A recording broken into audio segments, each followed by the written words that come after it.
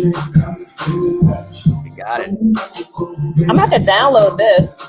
It's nice, right? It is. I could really work. I could work to this. What a way to wake up the morning, right? All right, let me do my watch party. I'm the best. A little challenged on this. We're gonna hold up for a second. It's every week, though. It's every week. Exactly. In the world.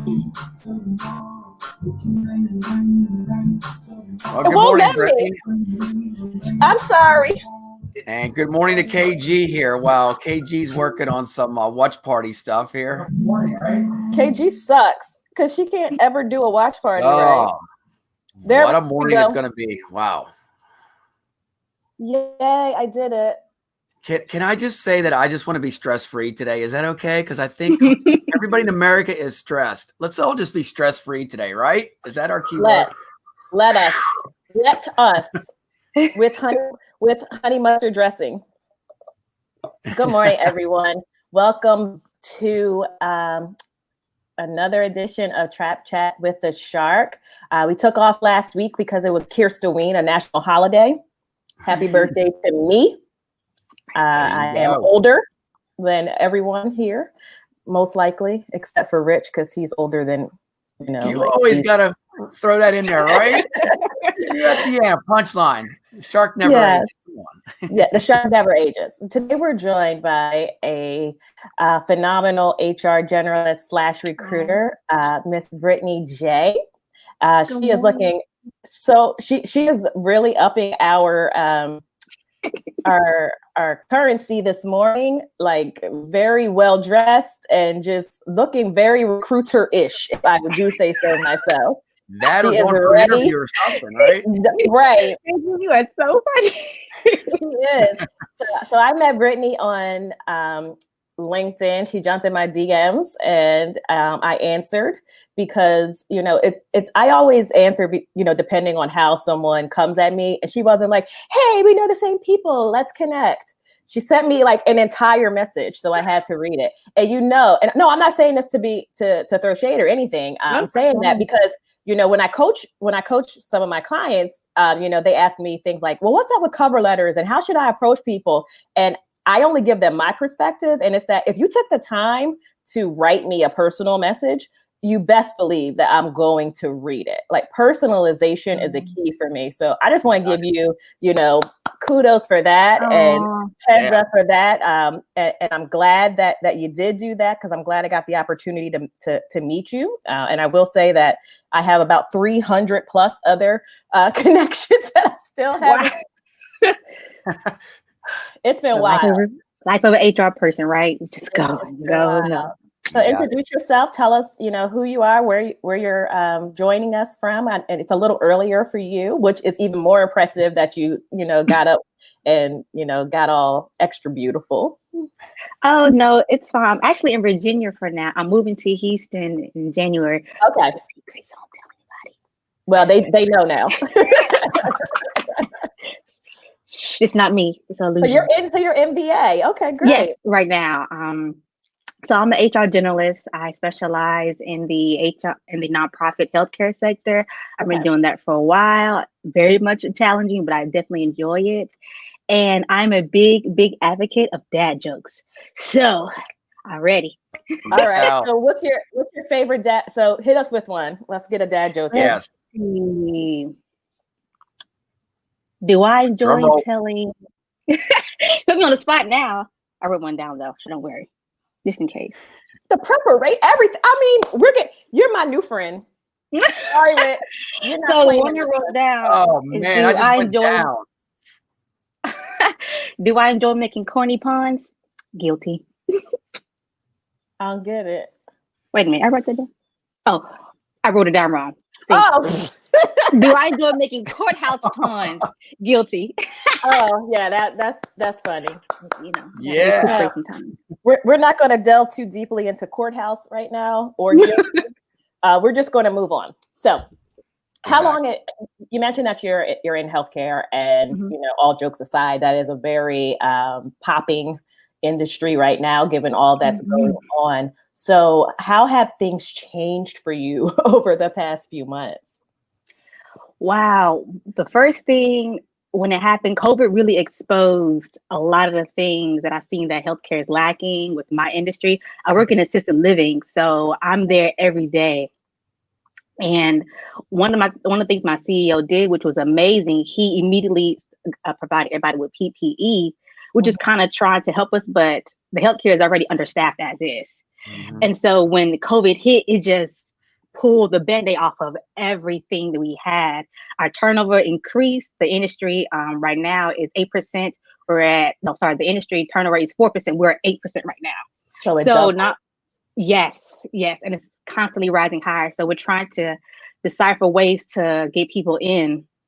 One thing I'm working on right now is trying to get better benefits because people not only do they want something they can grow in, they want something they can like have benefits in. And sometimes the minimum just isn't cutting it. You got to go above and beyond.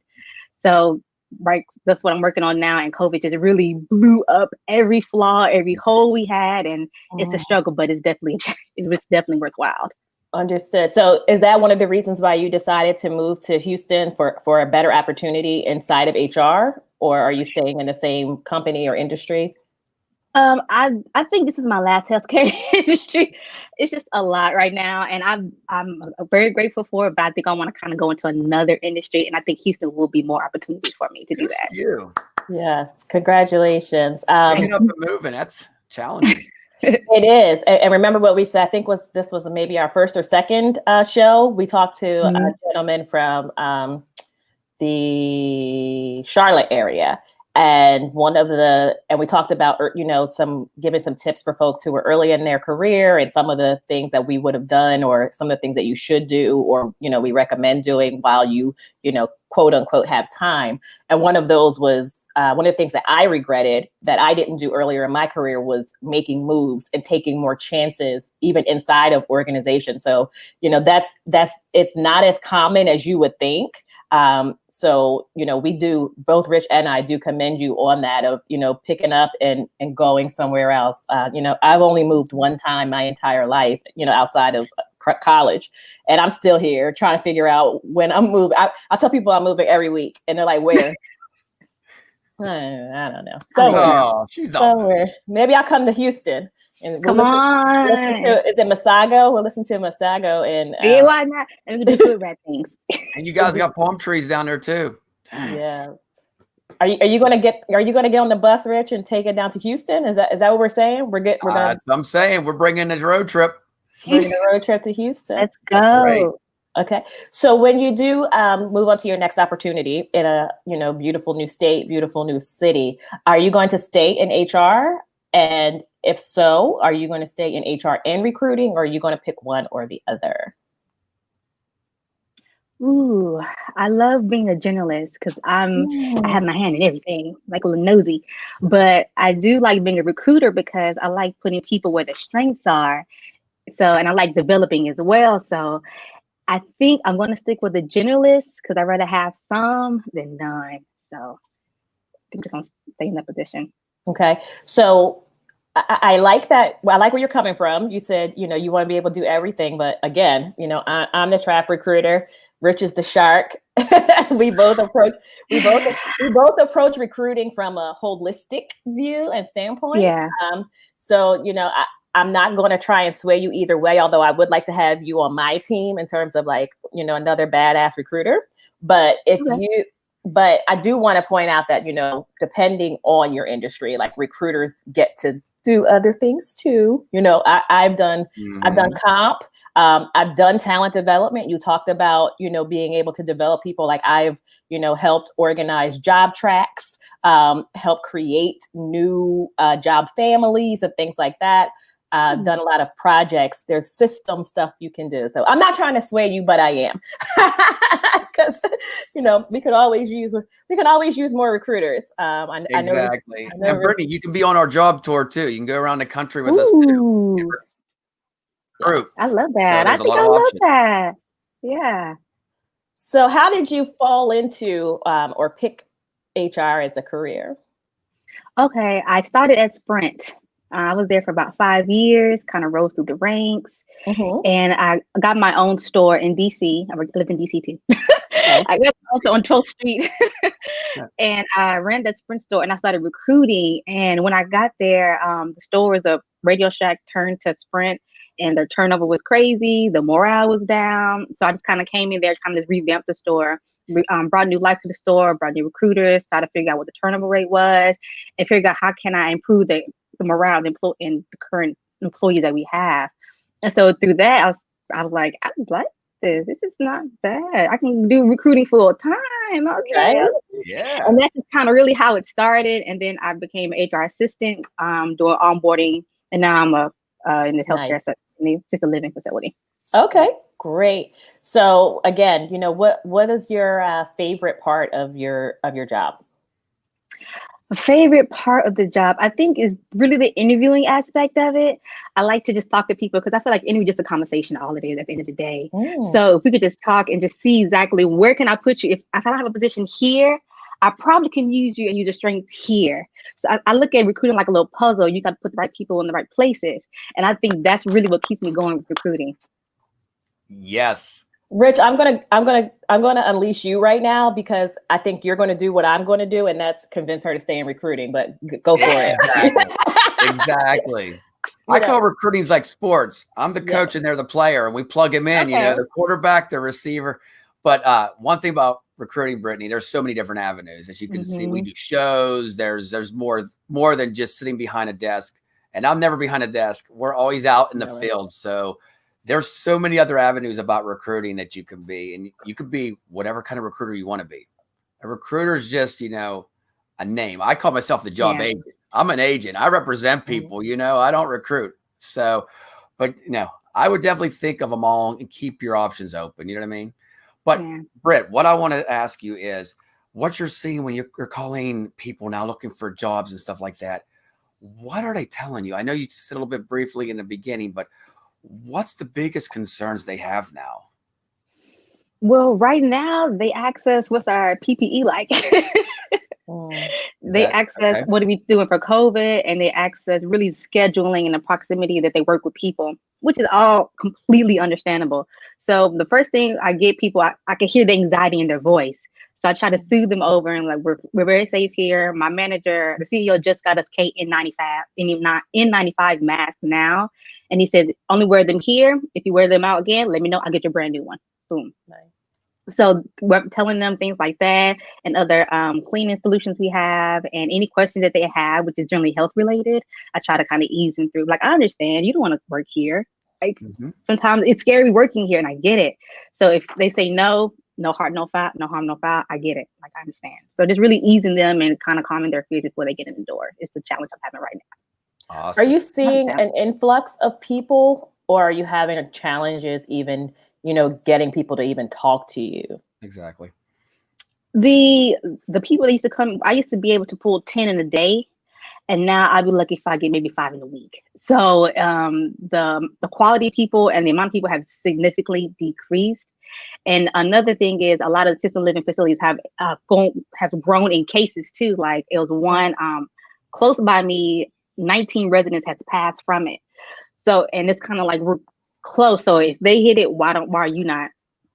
So we're trying to look at other avenues to recruit besides just the standard LinkedIn. I'm looking to tell my CEO about LinkedIn Premium. Indeed. But LinkedIn Premium, just how to maybe headhunt, because Indeed right now is not giving us what we need. And these holes and positions are still getting bigger and worse. We have to look at other avenues. We got to be quick to adapt in this time. And if you don't, we're going to be a sinking ship. Awesome. Hey, Brittany, real quick, I want to ask you, like your candidates, are they ghosting you? We see this all over the industry. Like you call them and it's like they're like a genie, they're gone. Yes. They sound so excited on the phone, but they do not show up for orientation. Or they sound so excited to the phone and then they don't call you back for the second face-to-face virtual interview. So I got it's to take it personal, but I've only had one person who didn't show up for orientation. And I've been recruiting for 20 years. So that says a lot. Like I usually can, I'm not saying I haven't had anyone decline offers, like that would just, you might as well call me Mary, Mother of Jesus. But I'm sorry. I know you don't like religious jokes, but yeah, what am I going to do? What are we going to do? Stress-free Thursday. What are we going to do? Stress-free Thursday, So I had a guy who he actually and what made me so angry is that I fought for him to get this job. I almost lost a recruiter friend over this candidate. We had to go to our manager. We almost literally got into a fight over this guy. Wow. Yeah, but back then it was who is, it's who interviewed first, and it's not. Oh yeah, we leave it up. We leave it up to the candidate. I was no, it's up to the job seeker to decide what position they want. It's not up for us to tell them what job they're going to take. So we got into that, but then he didn't even show up. He sent me an email 2:00 in the morning, oh, I'm not going to start today. Wow. So yeah, I've had those. I've thankfully not had it's not been for the ghosting for me has not been on the job seeker side. It's actually been on the employer side. I have employers who, and on both sides of my business, people that I'm consulting for, that I have positions open for, they either just go away, or they don't answer, or they kind of hold on to candidates for some time because they really don't know how their business is going to shape up in a month or two. And I've had them ghost me, and that puts me in a bad situation with job seekers because I'm the one that they're going to blame. They're like, well, why haven't I heard back? My interview was great. You said you said I'd be hearing something. What am I going to do? And what do I tell these folks? So yeah, I definitely get that. I think we all could do a better job of communicating, better communicating, human connection. Well, all of us cannot get in our recruiter bands and go around and stand on the street and just this guy right here. He literally hands out jobs. You get a job, you get a job. I put them on pizza boxes and they deliver. Do you know what, Britt? What's the greatest thing about? I call myself the job agent. When I talk to somebody on the phone, I say right off the bat, we're drinking a beer or coffee. We're best friends now. So for 5 minutes.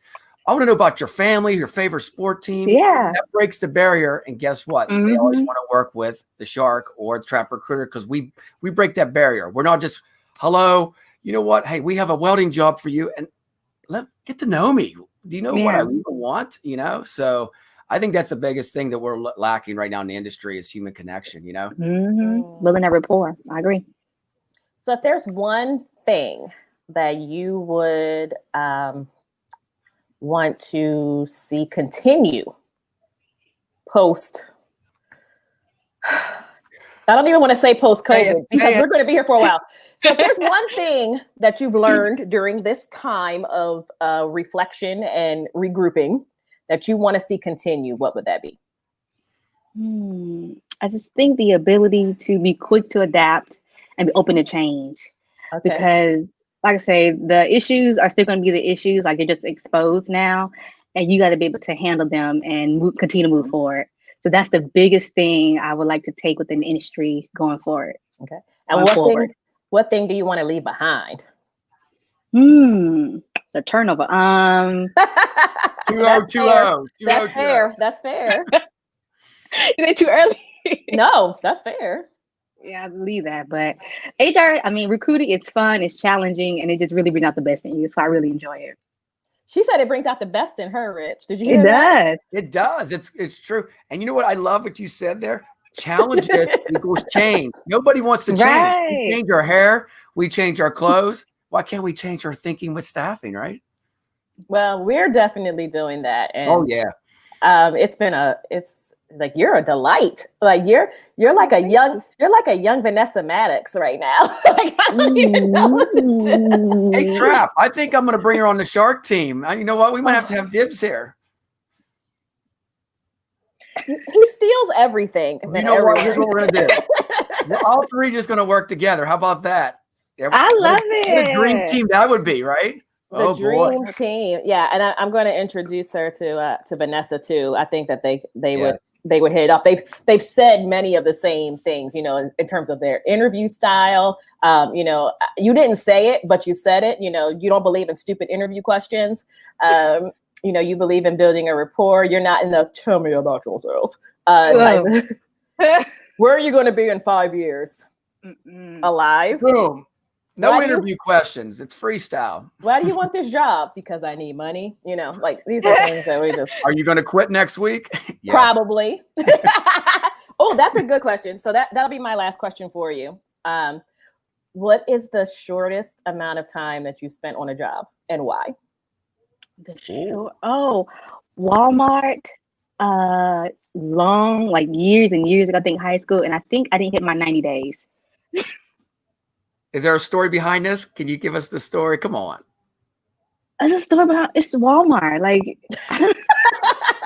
wow. I was a cashier at Walmart.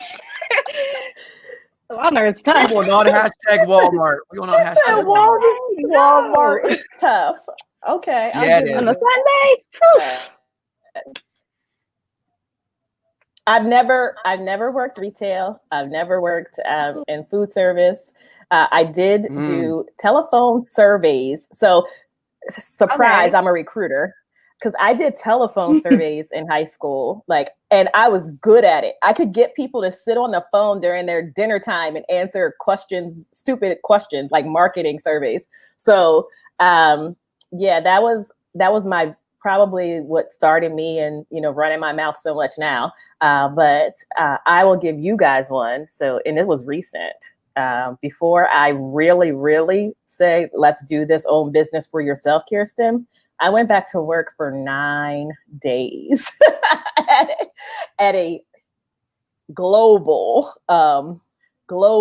company. I won't call them out. 9 days. It's not on my resume. I don't, but people see me that worked with me and they're like, do I know you? I'm like, no. 9 days. Wow. 9 days. 9 cups of coffee and I'm out. It was horrible. I call it Dante's Inferno. I'll write about it one day and I'm going to go through each layer of hell and tell you what each day represented because it was awful. It was the worst. But I know you have to get to work. It's early. Rich and I are women and men of leisure. So Rich hasn't even had his coffee yet. I don't know what is happening. Man. What's going on? You're behind, sir. Stressed. I'm stressed a little bit, but it's all good. Oh, you're right. It is. It's been a pleasure talking to you. Rich and I have had a rough week with this Voldemort situation that's going on right now, and we're just grateful that, you know, you brought some sunshine to our day, started us off. You know, you're a delight. Again, all jokes aside, you can choose, you know, me or Rich or both. It doesn't matter. But we'd love to keep in touch with you. We'd love to have you back on the show, you know, at some point. You know, good luck with your move. Enjoy the rest of your day. And we're going to be keeping an eye on you. Everybody, make sure you connect with, follow Brittany, get in touch with her. Anybody out in the Houston area, especially in HR recruiting, that's part of my network. Please embrace her, reach out to her, make her feel like she's at home. And we'll see you next week. Yeah, that's exactly right. And once again, thank you, Britt. And you're full of sunshine and energy. I tell you what, you are in it to win it. So Houston, you're getting a hot rod energy girl coming down to Houston to tear it up. Yes. And remember, everybody, stress-free today, right? Stress-free Thursday. Look in the mirror and just say, relax. It's all good. Relax. Right? I don't know. We'll see y'all next week, right? Bye-bye. Woo!